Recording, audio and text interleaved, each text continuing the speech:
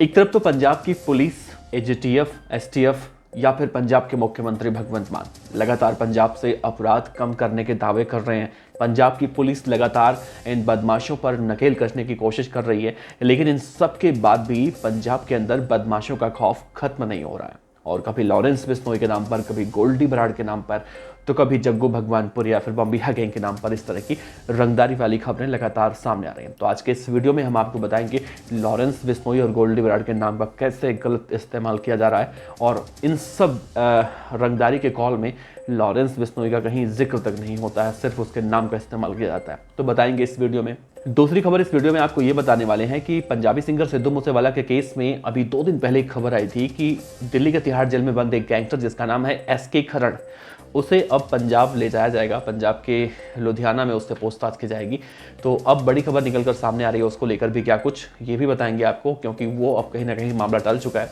तो इन दोनों खबर के बारे में विस्तार से चर्चा करेंगे, तो बने रहिएगा वीडियो के अंत तक। नमस्कार, मेरा नाम है देवनाथ पांडे और आप देख रहे हैं BDF न्यूज़ की क्राइम सीरीज खलनायक, जिसमें हम आपको रोजाना सुनाते हैं अपराध की दुनिया की छोटी और बड़ी खबरें। तो पहले बात करते हैं पंजाब के अंदर जो रंगदारी और फिरौती मांगने का सिलसिला शुरू हुआ है वो खत्म होने का नाम नहीं ले रहा है। एक तरफ तो लगातार देखा जा रहा है कि पंजाब की पुलिस कार्रवाई इन बदमाशों पे कर रही है, लेकिन इन सब के बाद भी लॉरेंस बिश्नोई, गोल्डी बराड़ या फिर इस तरह के जो ए कैटेगरी के गैंगस्टर हैं, इनके नाम का इस्तेमाल करके अब लोग रंगदारी मांग रहे हैं। अब बड़ा सवाल उठता है कि लोग सोचते हैं कि लॉरेंस बिश्नोई तो इस वक्त जेल में बंद है, गोल्डी बराड़ विदेश में है, जग्गू भगवानपुरिया भी पुलिस कस्टडी में है, तो जेल से रंगदारी ये लोग मांगते कैसे हैं। तो पहला शक लोगों का इस तरह से जाता है कि जेल में जो फ़ोन मिलने की खबरें आती हैं, हो सकता है कि जेल के अंदर से बैठकर फ़ोन के माध्यम से लॉरेंस बिश्नोई जैसे लोग रंगदारी की कॉल करते हों या फिर करवाते हों। लेकिन पंजाब पुलिस ने जब इसकी पूरी जांच पड़ताल की तो एक मामले में ये निकल कर सामने आया, हालांकि हम सब मामलों में ऐसा नहीं कहते हैं, लेकिन कुछ मामलों में ऐसा निकल कर सामने आता है कि लॉरेंस बिश्नोई के नाम का सिर्फ इस्तेमाल किया जाता है। उसमें लॉरेंस बिश्नोई का सिर्फ इतना ही रोल होता है कि लॉरेंस बिश्नोई का नाम लेके वो लोग रंगदारी की कॉल करते हैं। अब ऐसे ही एक मामले का खुलासा पंजाब की स्टेट स्पेशल ऑपरेशन सेल ने किया है, जिसमें 2 आरोपी पकड़े गए हैं और उसमें ये कहा जा रहा है कि ये फर्जी गैंगस्टर मोहाली के बड़े बड़े रसूखदार और बिजनेसमैन से करोड़ों रुपए की रंगदारी मांग रहे थे। उन्हें फ़ोन करके कह रहे थे कि हम लॉरेंस और गोल्डी गैंग से बोल रहे हैं, हमें 1 करोड़ चाहिए, नहीं तो हम तुम्हें जान से मार देंगे। हालांकि इसके बाद इस पूरे मामले की जानकारी स्टेट स्पेशल ऑपरेशन सेल के पास पहुंची तो इस केस में FIR पहले दर्ज की गई। पुलिस ने जब आरोपियों को ट्रैक किया और उन्हें पकड़ा तो कहानी कुछ और निकल कर सामने आई। दरअसल दोनों आरोपी में से एक आरोपी चंडीगढ़ के मलोया कॉलोनी का रहने वाला एक नौजवान है और दूसरा आनंदपुर साहिब का रहने वाला उसका दोस्त। इन दोनों के नाम मनदीप और सूरज बताए जा रहे हैं, जो IT टेक्निकल करके AC इंजीनियरिंग का, यानी कि AC की रिपेयरिंग वगैरह का काम करते हैं, और इन दोनों ने फर्जी गैंगस्टर बन के पैसों की मांग की।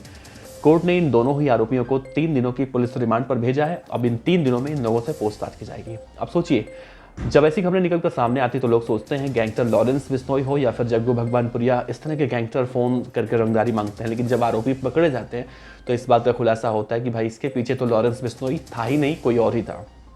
कुछ ऐसा ही केस हमें देखने को मिला था राजस्थान से, जब एक बैंक के अंदर एक आदमी घुस गया था चाकू लेकर, और वो भी अपने आप को लॉरेंस बिश्नोई गैंग का कह रहा था। लेकिन जब बैंक की मैनेजर जो महिला थी, उन्होंने डटकर उसका सामना किया और जब पकड़ा गया तो निकल कर सामने आया कि उसका भी लॉरेंस बिश्नोई गैंग से कोई मतलब नहीं है। तो ऐसे लोग लॉरेंस बिश्नोई और गोल्डी बराड़ या फिर जितने भी ए कैटेगरी के गैंगस्टर हैं, उनके नाम का इस्तेमाल करके ये बदमाश रंगदारी की कॉल कर रहे हैं। अब आते हैं दूसरी खबर पर। तो इस चेहरे को ध्यान से देखिए, इसका नाम है गैंगस्टर SK खरण।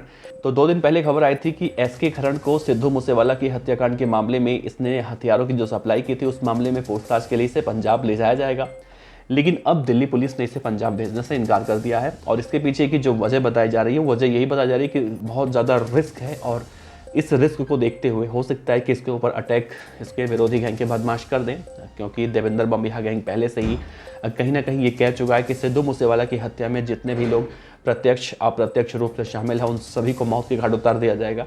तो देवेंद्र बम्बिहा गैंग से तो फिलहाल इसको दिक्कत है, लेकिन लॉरेंस बिश्नोई को भी जब पंजाब ले जाया गया था तो कुछ इस बात की चर्चा हुई थी, डर की बात निकल कर सामने आई थी। लेकिन अभी दिल्ली पुलिस ने फिलहाल इसे पंजाब भेजने से इसलिए इनकार कर दिया है क्योंकि दिल्ली पुलिस को लगता है कि हो सकता है कि कोई अनहोनी हो सकती है इसके साथ। तो सुरक्षा के मद्देनजर गैंगस्टर SK खरण को अभी फिलहाल दिल्ली के तिहाड़ जेल में रखा जाएगा। उसे पंजाब पुलिस के हवाले प्रोडक्शन रिमांड पर नहीं किया जा रहा है। जिसके बाद जो सभी मामले हैं, जो जांच के जो एंगल निकल कर सामने आ रहे थे, वो सब अधर में रह चुके हैं। दरअसल इस पूरे मामले में पंजाब पुलिस ने एक गैंगस्टर बलदेव चौधरी को गिरफ्तार किया था और उससे जब पूछताछ की गई थी तो अमन जेठी का इस पूरे मामले में नाम सामने आया था। और जब अमन जेठी को गिरफ्तार किया गया तो उसने कहा था कि लॉरेंस बिश्नोई के कहने पर खरोड़ ने जेल से उसे एक पिस्टल दिलवाया था, जो कि एक व्यक्ति को उसने दिया था जिसे वो जानता भी नहीं था। उसके बारे में खरोड़ जानता है, तो इसी को आधार बनाते हुए उसे वारंट पर लाना था। दरअसल पंजाब पुलिस ये चाहती है कि एसके खरण से पूछताछ की जाए कि सिद्धू मूसेवाला के मामले में उसने हथियारों की सप्लाई या फिर अमन सेठी से जिसके पास उसने हथियार पहुंचाने की बात कही थी, वो व्यक्ति हथियार लेने वाला कौन है। लेकिन दिल्ली पुलिस ने इस पूरे मामले को ये कहते हुए इनकार कर दिया कि आज के मौजूदा वक्त में धुंध बहुत ज़्यादा पड़ रही है, चूँकि एसके खरण एक ए कैटेगरी का गैंगस्टर है, तो हो सकता है कि कोई अनहोनी हो जाए, तो दिल्ली पुलिस किसी भी तरह का रिस्क नहीं लेना चाहती है। तो फिलहाल अभी एसके खरण दिल्ली के तिहाड़ जेल में रहेगा और उसे अभी फिलहाल जो सिद्धू मूसेवाला के मामले में जांच पड़ताल का एंगल निकल कर सामने आया था, वो अधर में लटक चुका है। अब देखना अहम होगा कि अब इस पूरे मामले में कब उसे इजाज़त मिलती है, पंजाब पुलिस को उसके पास सौंपा जाता है पंजाब पुलिस के, और तब इससे पूछताछ होती है। तो फिलहाल इस वीडियो में इतना ही। अपने विचार जरूर साझा कीजिएगा। आपका बहुत बहुत शुक्रिया। देखते रहिए BDF न्यूज़। आपका शुक्रिया एक बार फिर से। नमस्कार।